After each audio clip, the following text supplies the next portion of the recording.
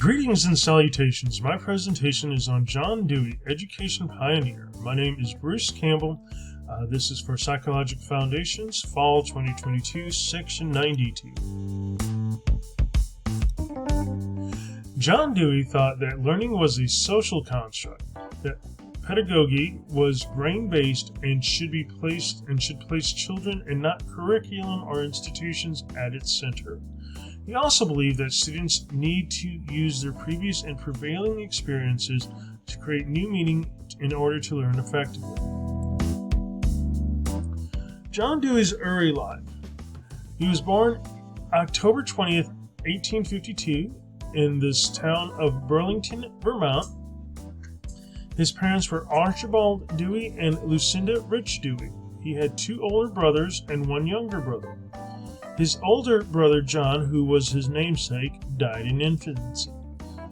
John Dewey attended Burlington Public Schools and he graduated when he was 15.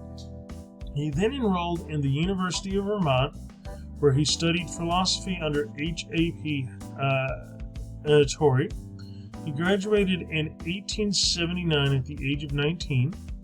He taught high school for 2 years in Oil City, Pennsylvania.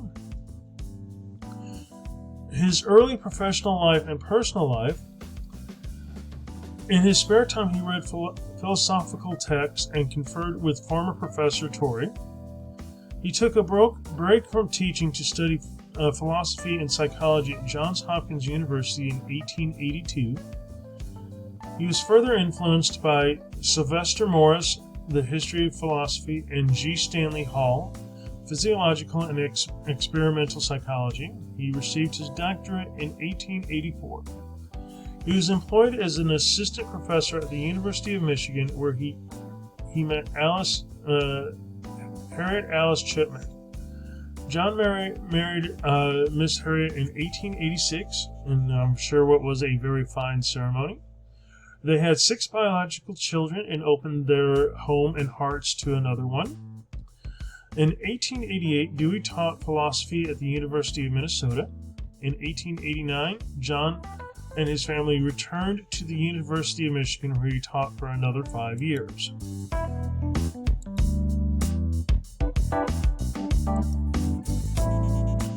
His later professional life. Dewey decided that a change of scenery was needed, so in 1894 he was made head of the philosophy department of the University of Chicago. He was also director of the University of Chicago School of Education for 2 years.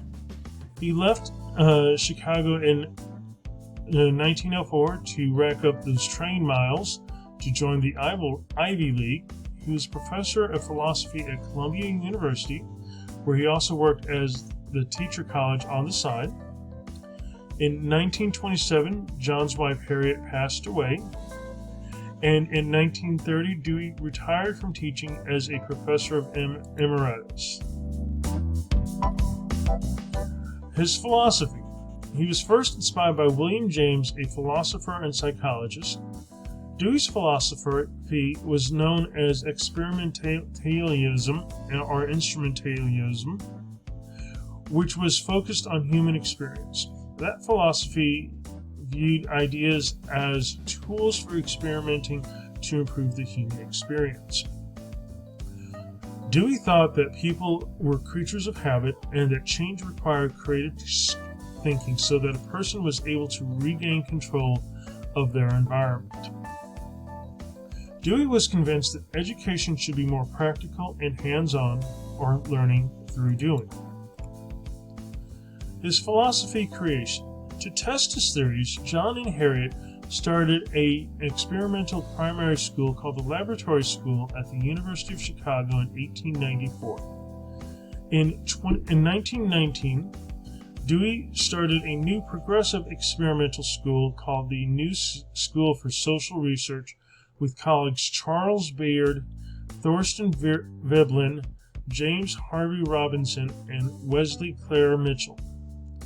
Its purpose was the free exchange of intellectual ideas in arts and social sciences. John Dewey also lectured in China from 1919 through 1921. He visited schools in Turkey in 1924, and he visited schools in Russia in 1928. He seemed to really rack up the frequent steamship miles. John Dewey also still believed in students learning history and about the past, even though he wanted to make education as practical as possible. His theory of education. Dewey believed that a person learns based on that person's life experiences and how they interact with the world around them. These led to continuing to develop new concepts, practices, and ideas, which in turn form new life experiences and interactions, and so forth. So the more you know, the more you can do, meaning the more you know. Dewey thought that working in a group environment was beneficial because students can think about and work with other students' experiences and ideas. As students are individuals, each student would have their own take on a problem and may have a unique way to solve it. It was better to have a real-life problem, Dewey thought, because it allowed a student to be more involved with the learning process. Dewey also believed that students learn better when their interests are engaged. It might be, for instance, that students in one district might have more interest in farming and those in another district might have more interest in sports, although for the most part, there would be overlap. So teachers would need to focus their lessons differently based on their students' interest. A student's emotional response is where learning begins. Dewey thought that as well that learners should be actively engaged in the subject. The argument of "I am the teacher, here's the explanation that you need" should be discouraged, and instead children should be able to develop the ideas on their own in a structured environment, thought Dewey. Why and how something works is as important as the way it works. His theory of education. It is important for students to reflect on what they have experienced or have acted upon. Dewey called this transaction or doing something and undergoing our observation on the results of the doing.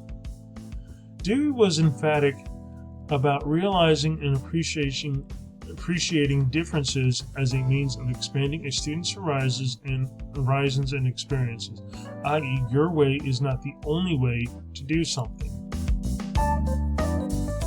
Dewey was influenced by several people.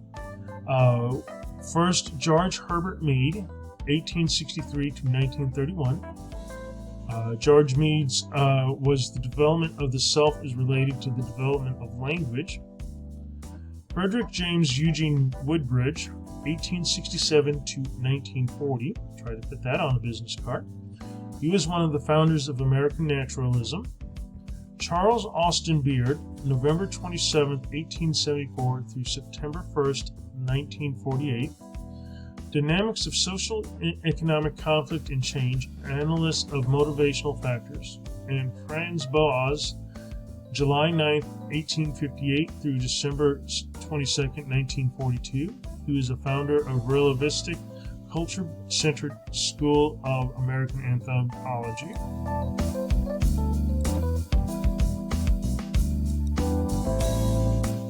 Later in life, John Dewey married Roberta Lowitz Grant in 1946.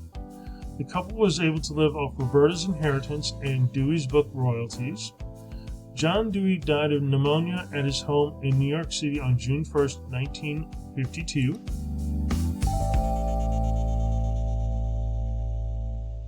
Dewey has a lot of influence today.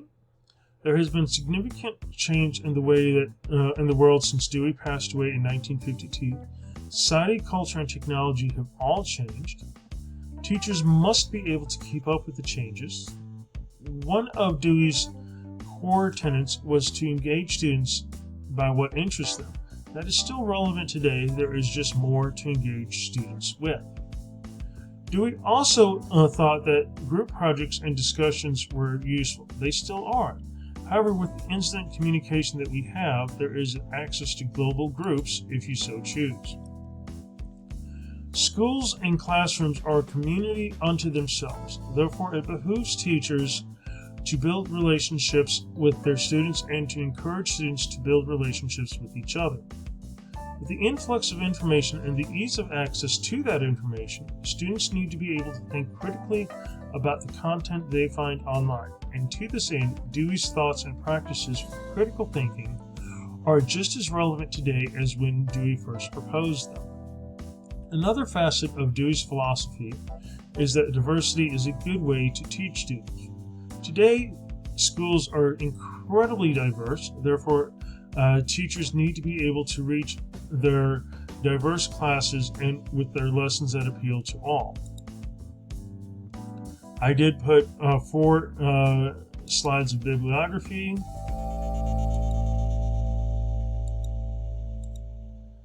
Thank you and have a good night.